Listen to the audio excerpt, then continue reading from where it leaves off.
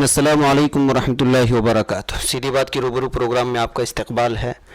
ایک بار پھر میں اپنے استاد مکرم اور ہمارے مربی اور روحانی رہنما مولانا سجاد نعمانی صاحب کے بنگلور دورے کے دوران ایک بار پھر آپ سے روبرو کروانے کی جسارت کر رہا ہوں، اور اس وقت کچھ سوالات مولانا سے کرنے کی میں کوشش کر رہا ہوں۔ ممکن ہے کہ جو ہے تسلی بخش جوابات ملیں۔ اگر کوئی سوال لگے کہ اس کا جواب نہ آ پائے تو جو انشاءاللہ آپ اس کو میرے لیے معافی کے درجے میں رکھیں۔ تو مولانا استقبال ہے ایک بار پھر، اور سب سے پہلے دعاؤں کی درخواست سیدھی بات کے لیے۔ مولانا اس وقت جو حالات بنے ہوئے ہیں رام مندر اور بابری مسجد کے سلسلے میں، اور 2019 کے پارلیمانی انتخابات کی بھی آمد ہے، ایسے حالات میں ہماری قوم بالخصوص جذباتی طور پر اس سے اٹیچ ہو گئی ہے، تو اس موقع پر آپ کیا پیغام دیں؟ دیکھیے، جو آنے والے الیکشن ہیں، ملک کے عوام 2014 کے الیکشن کے موقع پر جو وعدے ان سے کیے گئے تھے ان پر اعتبار کر کے اور پچھلی حکومتوں کی خراب کارکردگی سے پریشان ہو کر انہوں نے ایک تبدیلی کی کوشش کی تھی اور بڑے جوش و جذبات کے ساتھ موجودہ حکمراں پارٹی کو اپنے ووٹ دیے تھے۔ لیکن اس سے کسی کو بھی اختلاف نہیں ہو سکتا، اگر کوئی دیانتدار ہے تو، کہ کوئی بھی وعدہ پورا نہیں ہوا۔ نہ نوجوانوں کو جابس ملے، نہ کسانوں کے قرضے معاف ہوئے، نہ ان کی آمدنی بڑھی، نہ پیٹرول اور ڈیزل سستا ہوا بلکہ وہ تو کئی گنا مہنگا ہو گیا، اور نہ کالا دھن واپس آیا۔ کوئی بھی وعدہ پورا نہیں ہوا۔ اس کے برعکس ہوا، لاکھوں لوگوں کے جابس چلے گئے، کسان پہلے سے زیادہ خودکشی کرنے پر مجبور ہوئے، پیٹرول ڈیزل بہت زیادہ مہنگا ہو گیا، نوٹ بندی اور جی ایس ٹی وغیرہ نے کمر توڑ دی۔ تو لوگ بہت تنگ آ چکے ہیں اور یہ ایک من بنا چکے ہیں کہ بھئی ہم کو بدلاؤ لانا ہے، اور ایسے الائنسز اور گٹھ بندھنوں کی تلاش میں ہیں جو کسی طرح اس ملک کو ان کارپوریٹ فیشزم سے چھٹکارا دلایا جا سکے۔ وہ سرمایہ دارانہ فسطائیت ہے، یہ دونوں مل گئے ہیں۔ تو اب ایسے موقع پر ان کی ایک ضرورت یہ ہے کہ لوگ ووٹ دیتے وقت ان سارے مسائل کو یاد نہ رکھیں، نہ نوجوانوں کو جاب یاد رہیں، نہ کسانوں کو ان کی فقر و فاقہ اور خودکشی یاد رہے، نہ ان کی کمر توڑ قرضے یاد رہیں، نہ پیٹرول ڈیزل کی مہنگائی یاد رہے، اور نہ نوٹ بندی اور جی ایس ٹی سے جو تباہ ہوا ہے اسمال اور میڈیم اسکیل بزنس، وہی ان کو یاد رہے، وغیرہ وغیرہ۔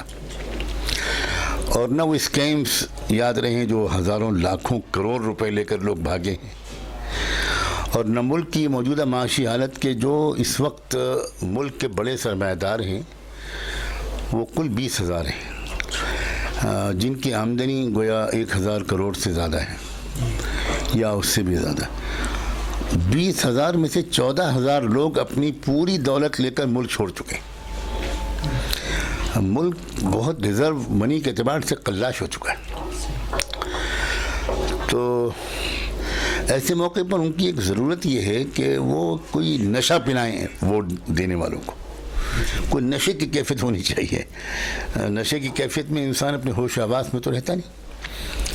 اب بھارت کے لوگوں کا ایک مزاج ہے دھارمک قسم کا، تو اس کا فائدہ اٹھا کر وہ ایک نشے کی کیفیت پھر سے پیدا کرنے کی کوشش کر رہے ہیں۔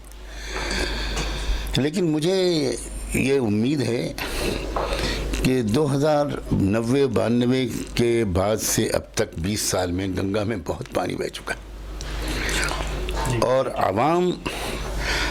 عوام جو ہیں وہ بہت میچور ہو چکے ہیں، سمجھ چکے ہیں، اور اس کی کھلی دلیل ہے 25 نومبر سے 27 نومبر تک جو پروگرام تھا ایودھیا میں وہ ٹوٹلی فلاپ ہوا ہے۔ 10 لاکھ کا نعرہ تھا، شاید 25,000 بھی جمع نہیں ہوئے. جی 5,000 اخبارات 5,000 تو شیو سینا کے لوگ, اور مجموعی طور پر وشو ہندو پریشد وغیرہ اور تمام لوگوں نے مل کر جو کوشش کی تھی وہ ٹوٹل ملا کر 25-30 ہزار ہوتے. تو 25-30 ہزار تو ایک معمولی سے کوئی پتنگ کے میچ میں اور کرکٹ کے میچ میں جمع ہو جاتے ہیں. صحیح. تو ملک کے عوام جو ہیں ابھی تک یہ میسج دے رہے ہیں کہ ہم بیوقوف بننے والے نہیں. جس موقع پر مسلم لیڈرشپ کا, مسلم تمام لوگوں کا بھی فرض ہے کہ وہ بابری مسجد کے مسئلے پر اس سے زیادہ نہ بولیں کہ عدالت کے فیصلے کا انتظار کیا جائے. جی ایک جملہ بولیں, اور باقی بار بار جب بھی کوئی موقع ہے تو یہی مسائل یاد دلائیں. مہنگائی, ڈیزل, پیٹرول, نوٹ بندی, جی ایس ٹی, یوتھ, جابز وغیرہ وغیرہ, یہی اصلی حقیقی مسائل.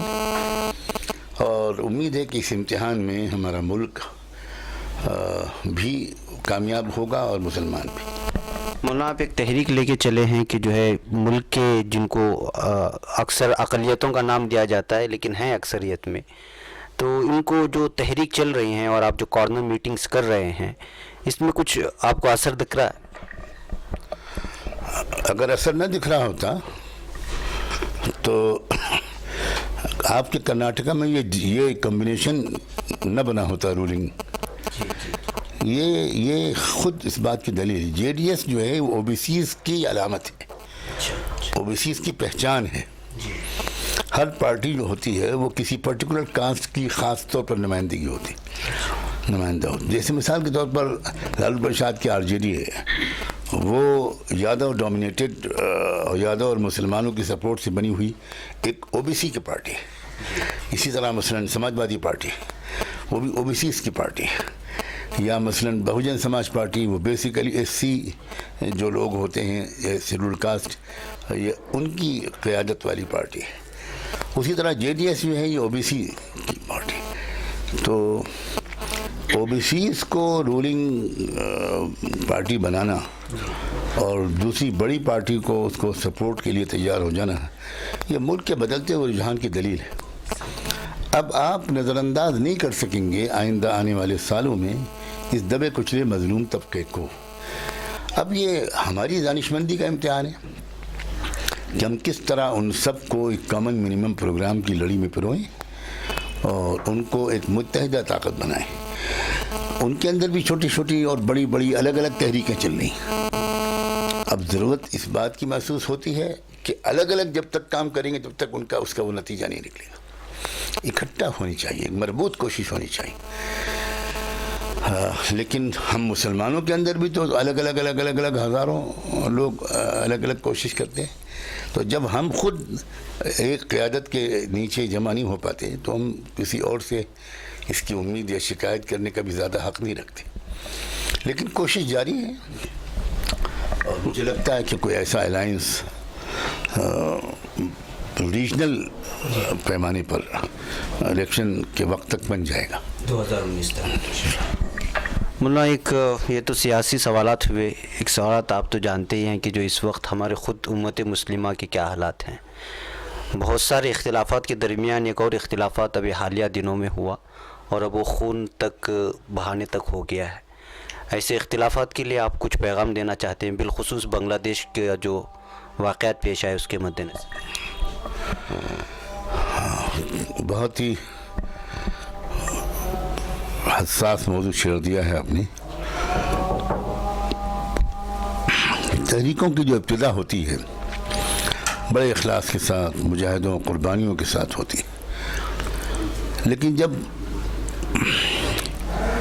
بہت زیادہ استقبال ہونے لگتا ہے اور غیر تربیت یافتہ عملہ بہت زیادہ اس پر حاوی ہو جاتا ہے اور جاہ اور مال کی بنیاد پر لوگ مختلف جماعتوں اور تحریکوں کے اونچے مناصب پر فائز ہونے لگتے, تو پھر وہی ہوتا ہے جو اقبال نے کہا تھا, کیا تجھ کو بتاؤں تقدیر امم کیا ہے, طاؤس و رباب شمشیر و سینہ اول طاؤس و رباب آخر.